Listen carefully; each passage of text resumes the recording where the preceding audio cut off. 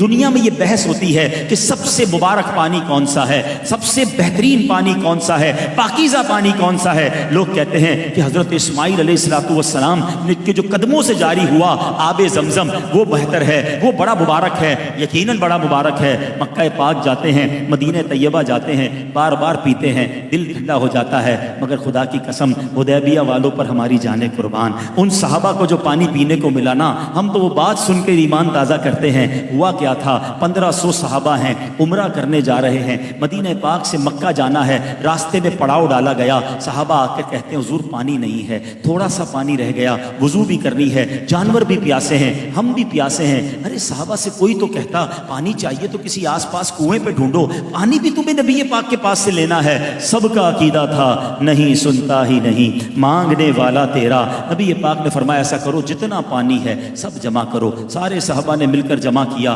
روایت کے الفاظ ہیں ایک برتن بھی پورا نہیں بھرا، یعنی سب نے اپنی چھاگل اپنے تھرموس کہہ لیں سب ڈالے، اتنے سارے صحابہ سے ملا کر بھی اتنا پانی نہیں تھا کہ ایک پورا برتن بھرتا۔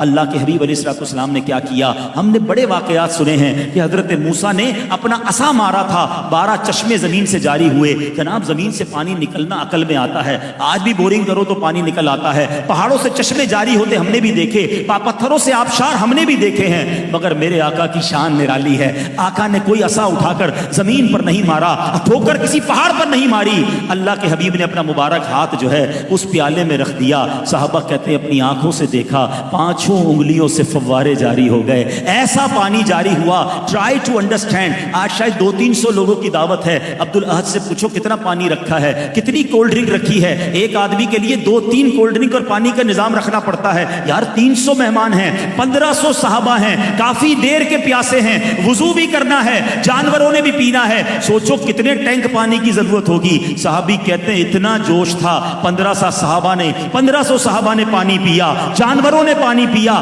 برتن بھر لیے، اور کہتے ہیں اللہ کی قسم اتنا جوش تھا 1,00,000 صحابہ ہوتے وہ بھی سب کو پورا ہو جاتا۔ اب میرے آقا ایسا معجزہ دکھائیں تو بریلی کے تاجدار کا قلم کیسے خاموش رہے۔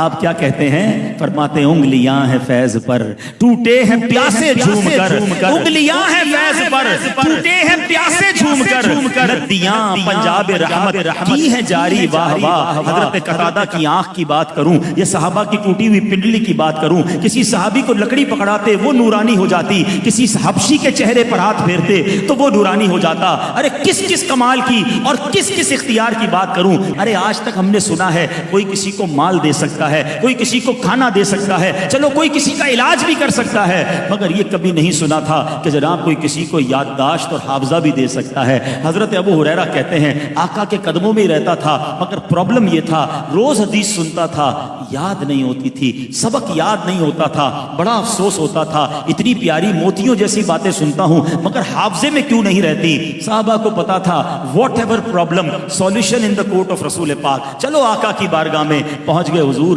مجھے کچھ یاد نہیں رہتا، حضور میرا حافظہ بڑا کمزور ہے۔ اب ذرا حدیث کے الفاظ سنیے گا، آقا نے کہا ابو ہریرہ اپنا دامن پھیلاؤ، اپنی چادر پھیلاؤ۔ کہتے میں نے آقا کی بارگاہ میں چادر پھیلائی، نبی پاک نے ان سین، ہاتھ میں کچھ نظر نہیں آ رہا تھا مگر آقا علیہ السلام نے اپنی مٹھی میری چادر میں کھول دی، فرمایا ابو ہریرہ اس چادر کو سینے پہ لگا لو۔ ہم جیسا کوئی مطلبی آدمی دنیاوی آدمی ہوتا تو کہتا حضرت کچھ ڈالے تو صحیح، نظر تو کچھ نہیں آ رہا، کہہ رہے لے جاؤ، میں نے تو اتنی محبت سے آپ کے پاس دور سے آیا تھا۔ صحابی کا عقیدہ دیکھو، کہتے میں نے چادر سینے سے لگا لی، وہ دن تھا اور آج کا دن ہے، آقا جو فرماتے مجھے یاد ہو جاتا ہے۔